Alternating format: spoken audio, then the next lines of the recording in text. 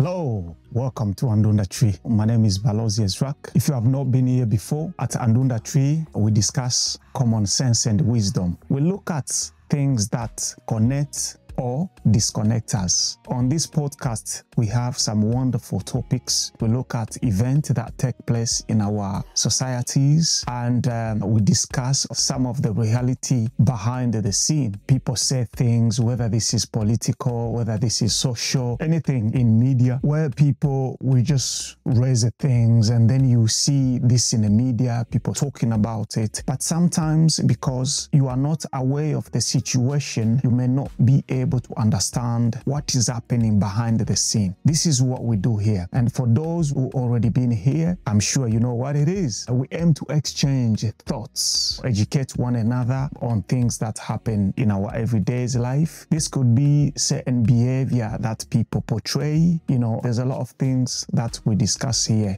But we pick specific questions and then we discuss them. I have done a very long episode on the conflict that takes place in the Democratic Republic of the Congo, and I have discussed two parties in particular, the Congo and the Rwanda. If you have not followed that episode, please check that on our YouTube. The title of that topic is Paul Kagame a blessing or a curse for Rwanda and the Democratic Republic of the Congo? So that is the title of that particular episode. Today again we are on the Congo, and I am going to try to respond to few questions that I have seen circulating in the media and among people. Today we are the 8th of July 2025, and there are ongoing discussions between the Democratic Republic of the Congo and the Rwanda to reach a peace agreement deal. And then there is some form of talk also taking place between the DRC and the so-called M23, which is part of these same discussions. This is being pushed by the United States of America, although these talks were there before the USA stepped in.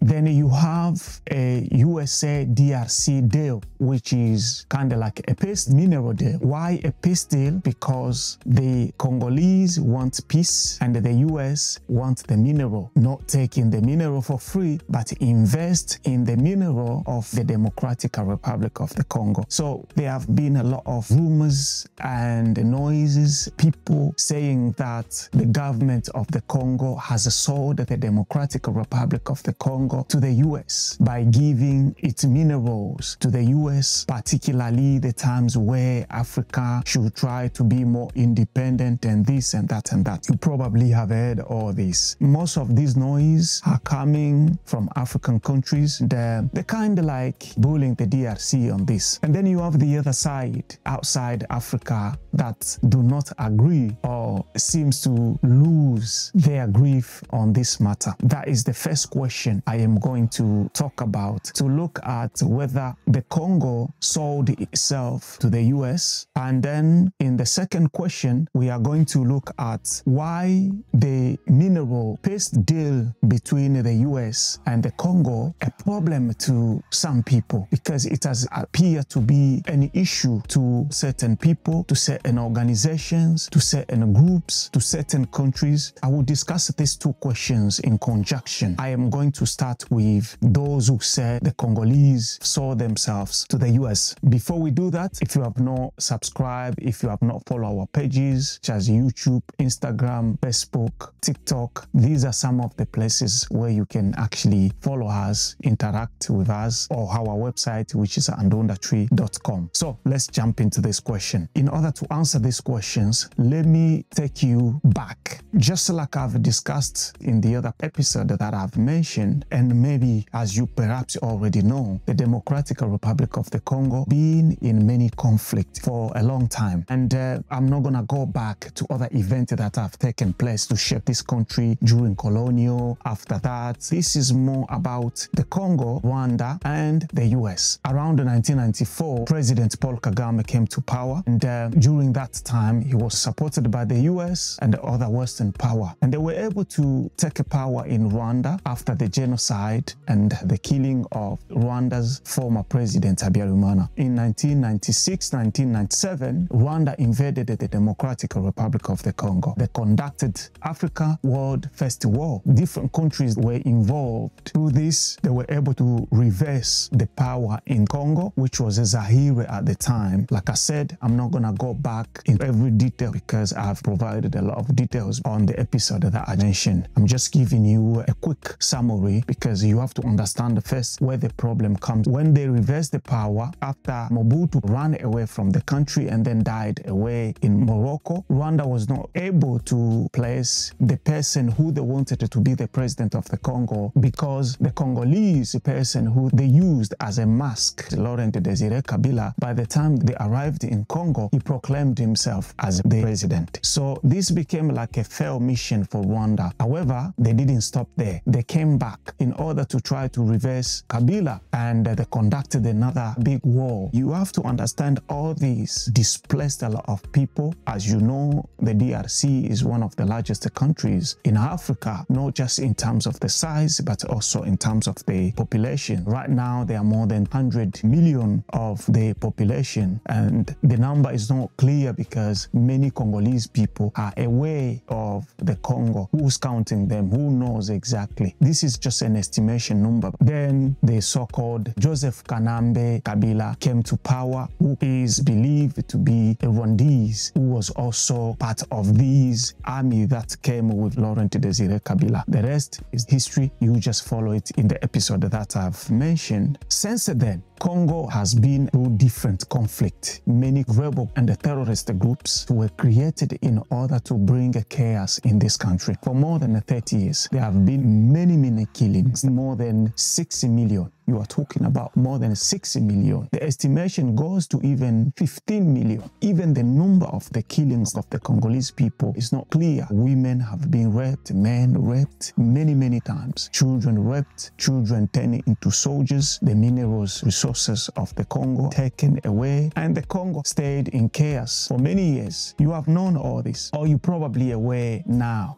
because these stories were always being manipulated by those who had the power. The war of the Congo, the killings, the raping was not an issue that people wanted to resolve. Stories were just being changed. Rwanda will be condemned. These particular groups will be condemned, but nothing serious were taking place apart of during 2012-13 when the so-called M23 invaded and took the city of Goma. And then the UN was able to join the military with the Congo, and then they were able to push this military away from the country. And then they ran into neighboring countries where, of course, Uganda and Rwanda, because these are the two joint countries that invaded the Congo. While all this was happening, African Union was there, the UN was there. They had a lot of report, a lot of founding. Those who committed the crimes since that time were known clearly, but were never sanctioned. My point is that the UN was there, the European Union, African Union, ESA, which is the region, SADC, and all these countries in Africa were there. But most of these countries decided to stay silent. Most of African brothers and sisters stayed quiet. Many didn't speak about this conflict, didn't protest about this conflict, didn't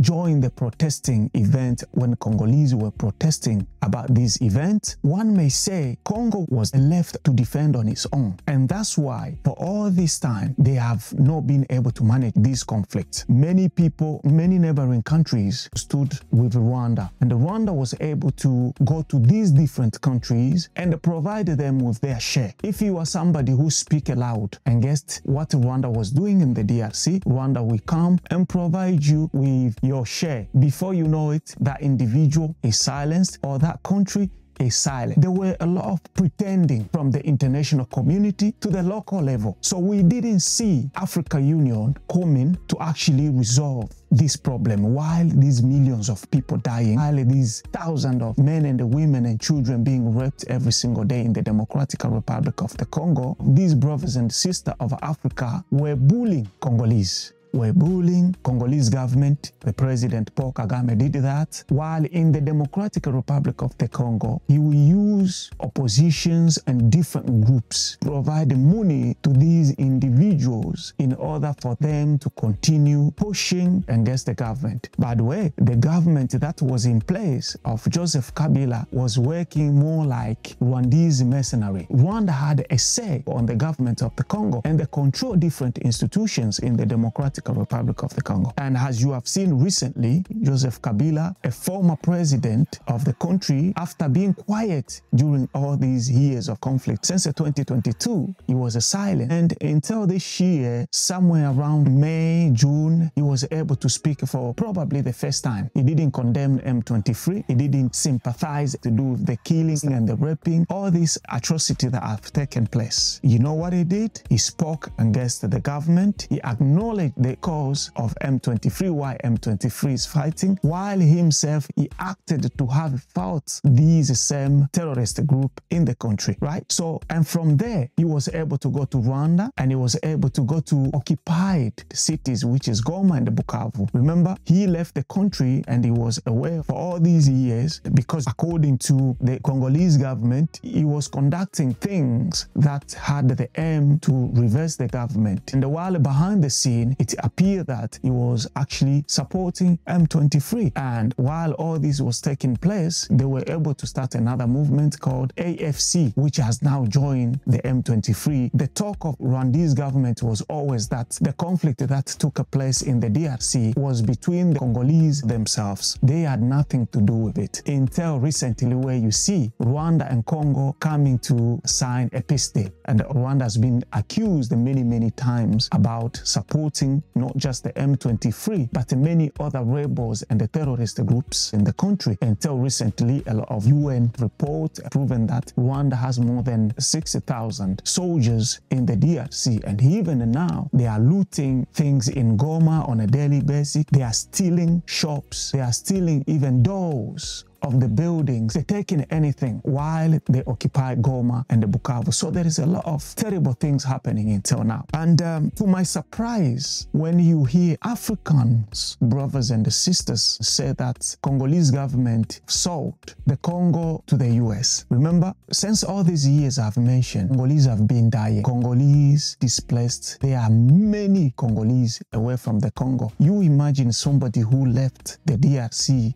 around the first Congolese war is now more than 30 years. And these guys probably never go back to their country, because if you escape the country and then the country go through different conflict because you are not so used to that, or because you experience something like that terrible, you don't often have the courage after you leave abroad to go back. So after all these years, Congo didn't see a savior, an African brother, an African country coming to support during these wars. There were countries such as Zimbabwe, South Africa, Angola, but some of these countries were also going behind and make other deal and cooperation that didn't benefit or bring peace to the Congo. And I'm not here to say who didn't support, who supported. What I'm saying is Africans did not come together to bring peace to this country, to stop the killings, to stop the raping, to stop the displacement of the Congolese. Congo became one of the worst places to be a child because of the terrible things that were done to children, the rape, and them turned into soldiers, being put into hard work, and one of the worst places to be a woman, because women were raped many times. A woman will be raped by 20 men on a daily basis for a time of, let's say, 3, 4, 5, 6 months, almost every day, right? All this is in the report of the UN, and there is a doctor who was given a prize called Denis Mukwege for repairing these women. So these are not secret reports. These are not things that people don't know about. Many people knows about these stories. But you ask yourself, why had these issues never been solved? Why African Union, African countries have never pushed to end all this seriously? A part of what they were doing just to mess around, they would be like they are talking about it, but time to time these continue to take place. And while all this was happening, the minerals of the Congo were being looted every single day. The forests, coltan, and different resources of the Congo were being looted every day. And the Congo always raised this, the UN raised this, and have accused most of these countries of doing this. Congolese were not benefiting from these minerals. All these women and children were being killed and raped because of all these minerals, which is one of the main reasons why all this atrocity taking place. They never benefit from these minerals. Other people benefited from it. So now, when the Congolese say, you know what, we don't eat these minerals, whether we say no, whether we say yes, somebody is going to come and take these minerals. International companies that operate in the country, they take all these minerals. If a Congolese decided and said, you know what, if we refuse, you will take them and they kill us. When we say our country should be respected, our territory should be respected, they will continue to kill the Congolese, rape the Congolese, displace the Congolese, while at the same time taking the minerals. And the brothers and sisters of Africa who care so much about this idea of Africa independence, where are you at this time? Or what would you like the Congolese people to do if they have an option to call the same masters, right? To call the same people who once stood behind Rwanda and says, you know what, instead of going through Rwanda and make Rwanda kill us, why don't you just come to us directly? Take the mineral that you want, give us a little you can give us, but make sure you don't kill us. Make sure we don't get raped. Is that a bad thing to you? Is that something that you can brag about? Is that something you can bully Congolese about? You have to know, first of all, the problem of these Congolese are caused by Africans.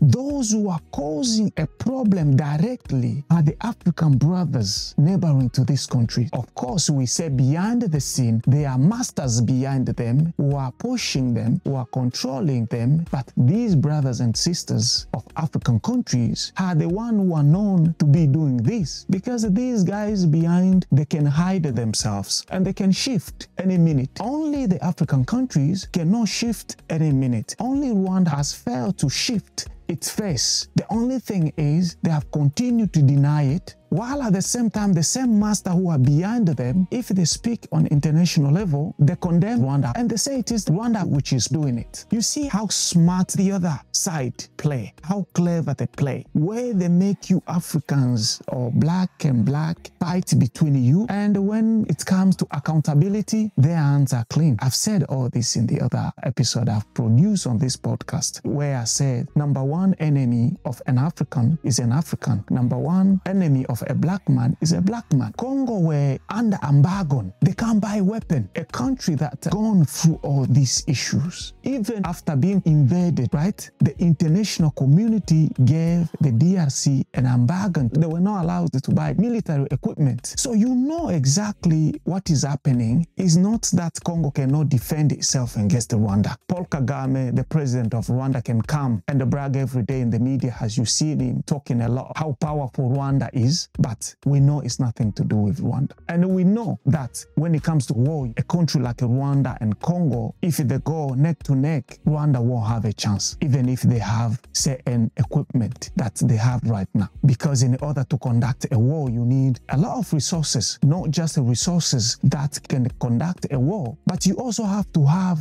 a country that can feed itself for many years while the war continues, right? You need other support. And when you are doing something that is wrong, and when it is a time to be taken accountable, you can lie as much as you want. You can come in the media, talk every single day. It won't make a difference. Rwanda have done this for all these 30 years. It has been working, you know. And these things are not been working because of the government of Paul Kagame is right. It's just because of the support they receive. These conflicts have been conducted all over the world. These guys, if they want to support you, they will support you. They will give you anything. But when they turn their back on you, you are finished. And that's what all these talk that you can see President Paul Kagame is doing right now. Talking in the media every time, you know, insulting the president of Congo, Felix Tshisekedi, on a daily basis, how he was not voted, how he was handed the power. All this is just bragging. And it is when the reality start getting into you, that's what happened. Because of somebody who's powerful, action talk on his behalf. Because before Rwanda was not talking, was just taking actions. But you have seen recently, you know, the pressures increased as in terms of diplomacy, Rwanda have lost on international level. As I said, if you have done something and you are not right. People can cover you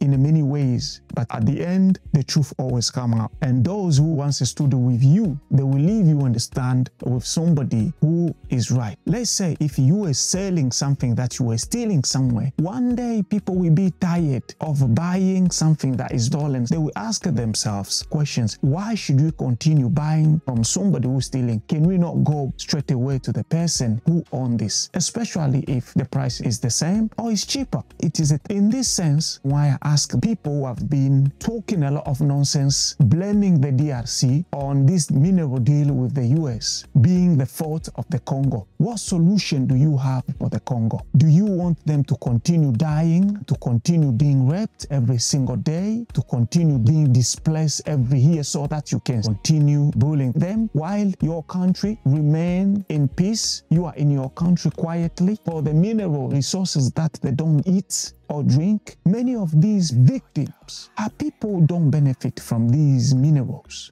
Do you expect them to continue dying, or would you say, you know what, we don't even know where these minerals end up? Please, we don't eat minerals. Come through the front door. This is what the president of Congo said. He has invited even Rwanda and even offer minerals, has made many offers to government in the region. He tried all things he could. It didn't work. And Rwanda refused all these things. So now the Congolese felt that instead of continuing to talking to a teacher, why don't we go to the headmaster? Because the teacher is following the order of the headmaster. Why can we not go to the headmaster and cooperate with the headmaster? And as you know, when you go to the headmaster, there are two faces. You know, let's say the USA, you have the Democrat and the Republican.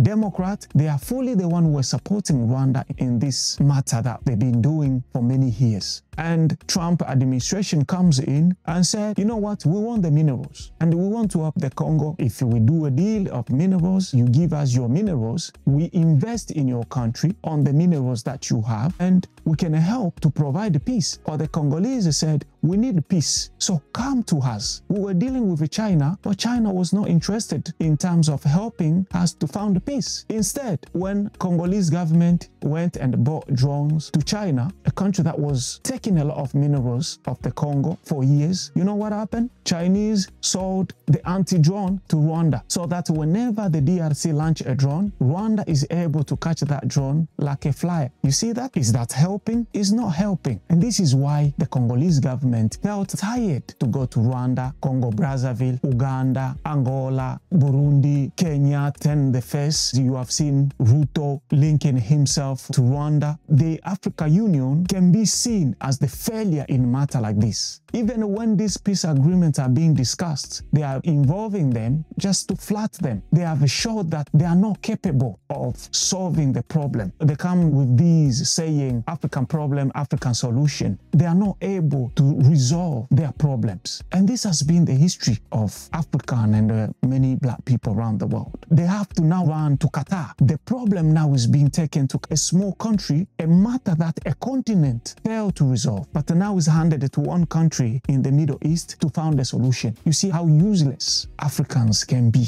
And you have the audacity to blame the Congolese when you know clearly without the outside support, whether Congo is Congo, whether Congo is any particular country, they may not be able to find a solution in their country. You see how powerful countries such as Russia, how they were pounded with sanctions, there were propaganda, there were stories told to make Russia look very bad. Do you think a small country or a country in Africa can survive all these kind of things? You have seen countries with power such as Iran, Iraq. All these countries have been turned upside down. Libya, the same. First of all, you have to congratulate the Congolese. For more than 30 years, they have stood firm. And they don't come crying every single day to your door. If that was another nation, you'd be seeing them. Every minute you see new Congolese coming in the country. But they said enough is enough. We cannot continue to die because of these minerals. We don't have anyone else to serve us unless we serve ourselves. And in order to serve or protect ourselves, we have to go to somebody who's powerful, which is the United States States of America, and you know that. You have seen all these European countries behind Rwanda, investing in Rwanda, sending a lot of events to take place in Rwanda, whether it's sport, right? When the government of Rwanda conduct a lot of killings, whether it's in Rwanda, whether it's outside of Rwanda, Kagame is still there. Why you don't ask yourself those questions? And you stand there, you're thinking, oh, Kagame is a Pan-Africanist. Which kind of Pan-Africanist are you talking about? If you have a better plan to help the Congolese found the solution,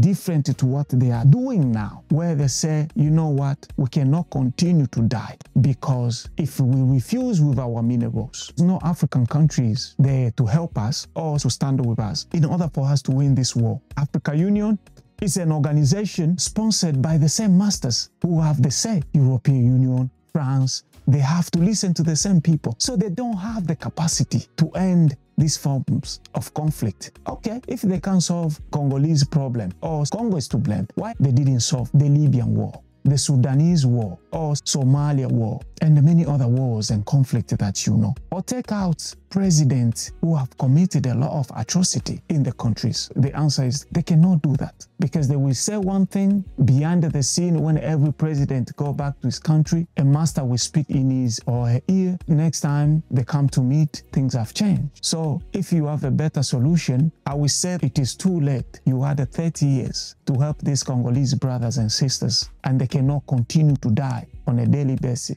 displaced, raped, go through difficult times that they have gone through. They have said enough is enough as they don't eat minerals, whether they refuse with their minerals. These people will continue to come for these mineral resources because they want them. And the USA came in particular because they knew that they were losing the battle of minerals against China, who have been feeding themselves on these Congolese minerals and do nothing else in the country. They don't change the lives of where they take the minerals. Conflict, like I said, they don't care about all these things. All they cared about is to take the minerals, give you whatever the money they give you, that's it. But the US is a bit different because we have seen places where the US, when they go somewhere to invest, it's different. Let's be frank. You know, they also think about the local people. So this could be what Congo needed. If you laugh, if you bully them, if you say whatever you say, you are the one who have a problem. Because if you had a better solution, you could have provided it the last 30 years. Because this is a country that has been going through difficult time for many, many years. Being the richest country on earth in terms of mineral resources, but the condition of their country continue to be worse. Let's change our mindset. Particularly, I'm speaking to you as an African. You have to change the way you see things. Don't just listen to things you follow in the media or whatever, or just somebody talking, and you conclude from there. Educate yourself. Think out the box. Use common sense like we do here. Question things. Look at different alternatives. Compare things. Education is very free now. Your telephone is becoming more like a school. You just have to find resources that can educate you. But if you just want to follow comedy, music, TikTok, funny videos and all that, that's up to you. That's your problem. But you need, or we need to change our mindset. You have to think properly before you come to a conclusion. And I hope at the end of this talk, you will change the way you see these things happening in Congo. You support the DRC to do better, because if you support them to do better, next time they won't need somebody else to come from France, Germany or wherever to come to help them. They will have the power to say, you know what, now we can deal with whoever we want to deal with.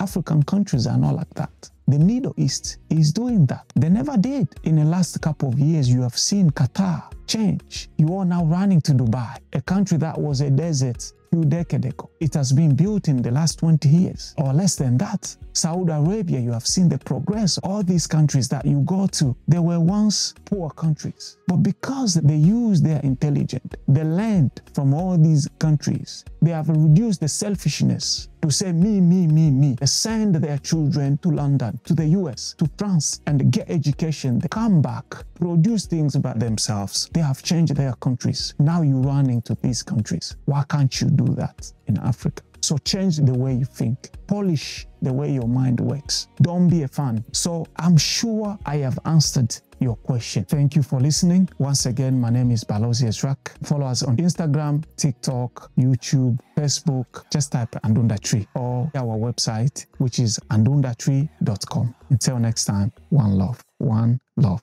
one love.